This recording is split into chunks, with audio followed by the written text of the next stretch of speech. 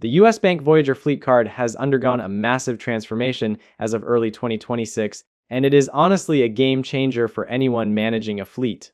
For a long time, these types of cards were a bit restricted because they only worked on specific proprietary networks, but the transition to the dual network Voyager Mastercard has completely changed the landscape. Now, users get the best of both worlds. You have the high-level security of a closed-loop fuel card combined with the massive acceptance of the Mastercard network. This means it is accepted at 97% of all fueling locations in the United States, which is over 320,000 sites. But beyond just gas, the Mastercard integration means drivers can use it at thousands of maintenance shops and parts retailers. It even works internationally in Canada and Mexico now. This solves a major pain point for managers who used to have to juggle multiple cards or reimburse drivers for emergency repairs and oil changes. One of the most impressive things about this tool is the zero-fee structure. If you look at competitors like WEX, they often hit you with $2 to $4 per card every single month. Voyager typically offers $0 monthly fees, $0 setup fees, and $0 late fees when you go through specific partners. This makes it an incredibly affordable utility for a business that wants to keep overhead low. From a management perspective, the data capture is the gold standard. It uses what is called Level 3 data capture. Every time a driver uses the card, the system grabs the odometer reading, the driver identification number, the exact gallon amount, and the fuel type. There is no room for drivers to hide unauthorized purchases. If someone tries to buy snacks or a pack of beer, it shows up immediately, or the card simply won't authorize it. This transparency is a huge relief for business owners who worry about fuel slippage or theft. For government agencies or nonprofits, this card is basically a necessity because of how it handles taxes. US Bank has a system that automatically strips taxes at the point of sale. This is a massive administrative win because it eliminates the need to file for quarterly tax refunds. Instead of waiting for money to come back from the government, the money never leaves your account in the first place. Another unique feature that really stands out is the TeleTrans system. If a driver is in a rural area and a merchant doesn't have a card reader, they can actually take the card over the phone. That kind of flexibility is rare and can be a lifesaver during an emergency repair. However, the Voyager card is not perfect, and there are some real drawbacks to consider. The rebate system can be a bit confusing. Unlike a standard credit card where you might get a flat percentage back on everything, Voyager savings typically range from 3 cents to 8 cents per gallon.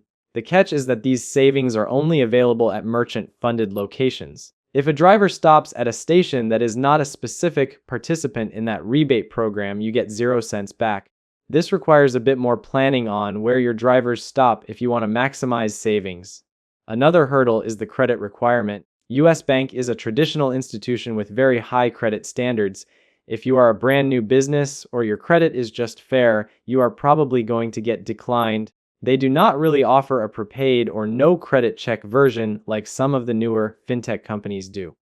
You also have to deal with the friction of strict reporting. Drivers have to enter an odometer reading and a personal identification number every single time they pump. For drivers used to a standard credit card, this can be annoying, but it is the price you pay for that high-level security and data. When comparing this to the big three in the industry, Voyager holds its own very well. Compared to WEX or Fuelman, Voyager is often the most cost-effective because of those $0 fees. WEX is great for massive enterprise fleets but carries those per card monthly costs.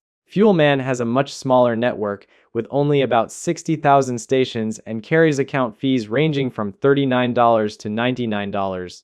Voyager stands out as the best for government entities, small businesses, and anyone who needs to track maintenance alongside fuel. It is a set-it-and-forget-it type of tool.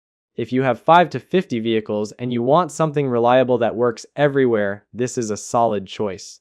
But you should skip it if you are looking for a big sign-up bonus. You will not find those spend $10,000 and get $500 offers here. It is a utility, not a rewards card.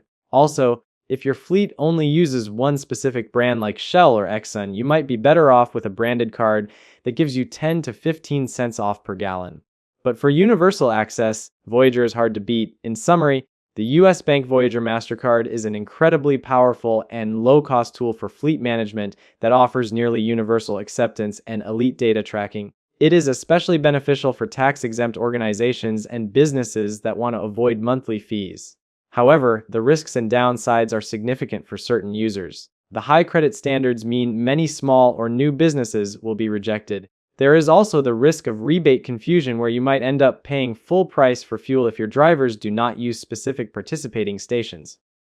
Additionally, while the base card is fee-free, you have to be careful with which partner you sign up through, as some can add their own service charges. It is a sophisticated tool that requires a disciplined team to handle the constant data entry at the pump, but for the right business, the transparency and cost savings are well worth the effort.